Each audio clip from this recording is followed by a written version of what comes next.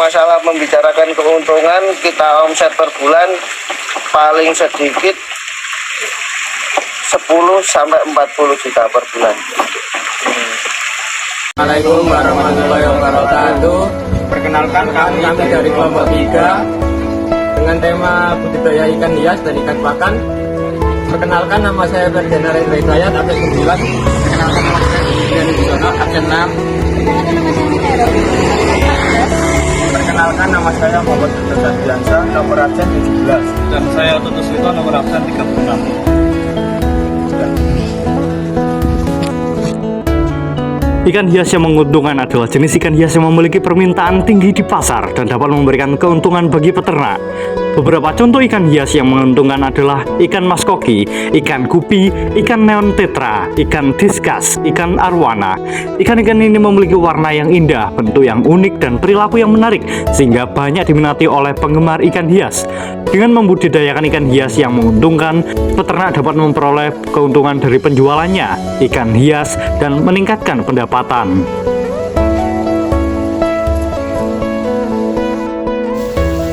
Dengan Bapak siapa?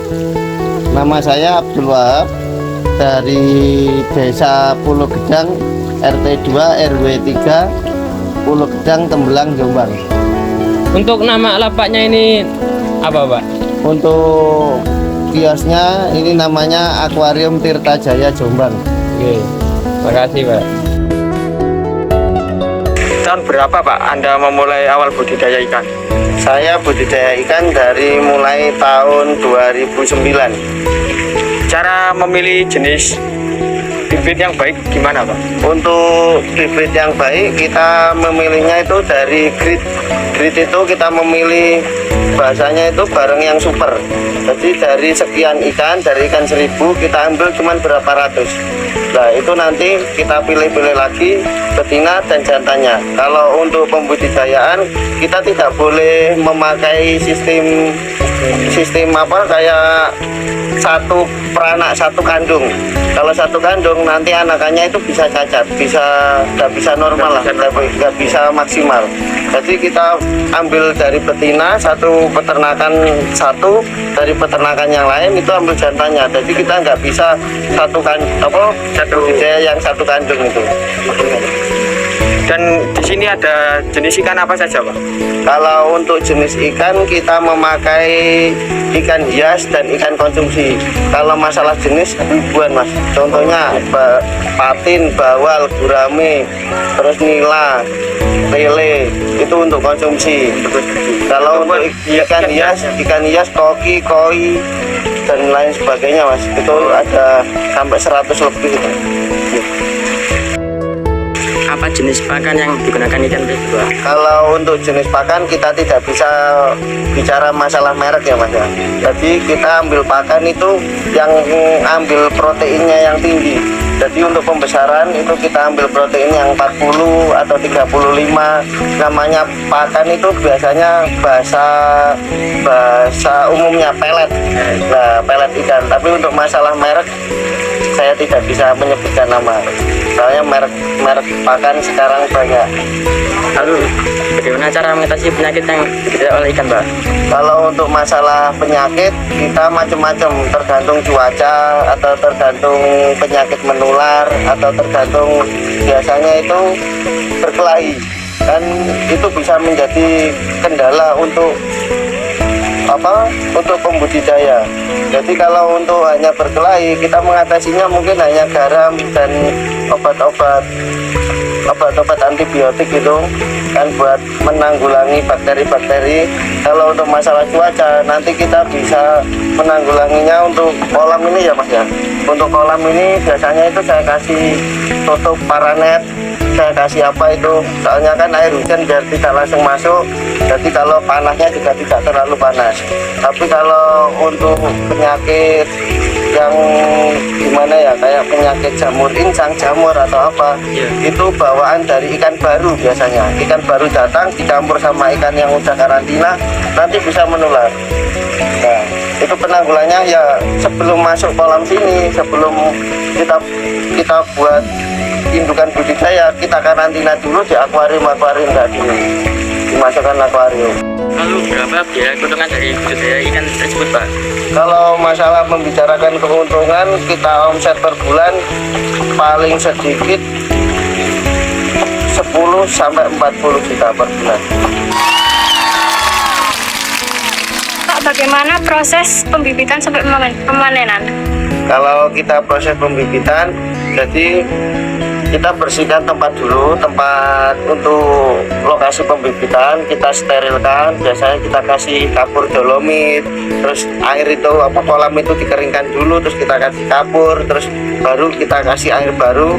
Dan nanti ada media untuk setiap jenis, contohnya di lele. Jadi di lele itu ada media seperti sepet atau ram-raman lah, ram. Itu nanti untuk tempat naruhan telurnya. Nah, nanti dikasih indukan satu sama jantan betina satu-satu.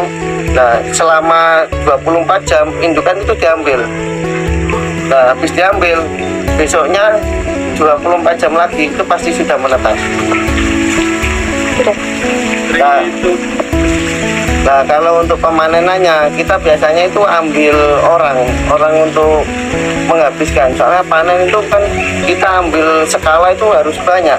Jadi kita ambil banyak, kalau nggak banyak ya nggak bisa untung lah. Nah, terus nanti kita ambil di skala banyak, kalau habiskan sendiri nggak mungkin bisa, Mbak.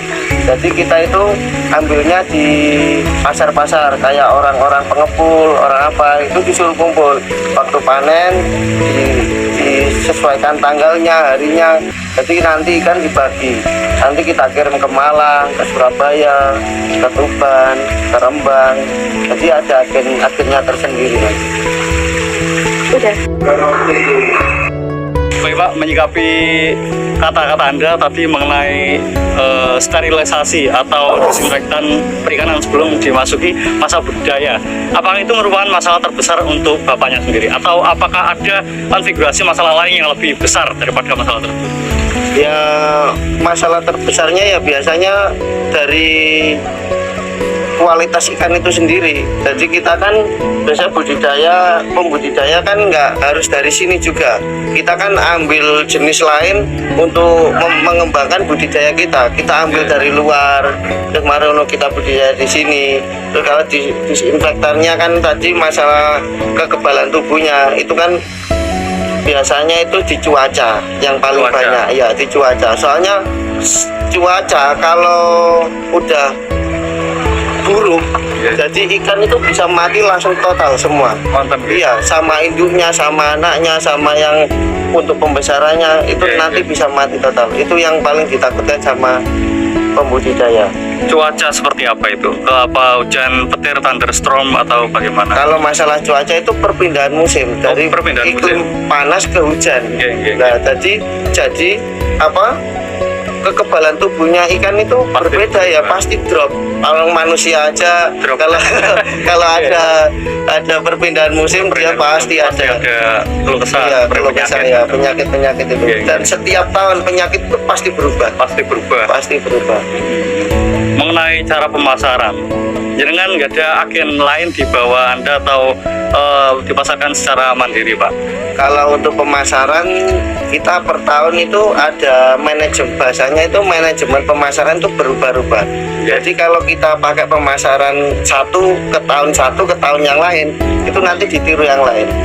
Jadi untuk masalah pemasaran yang awal saya itu gerilya.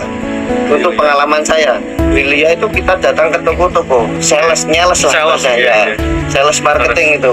Nah, nanti kita nawarkan berapa, terus kita masukkan ke kios-kios, kan kita masuknya sebagai agen gitu loh.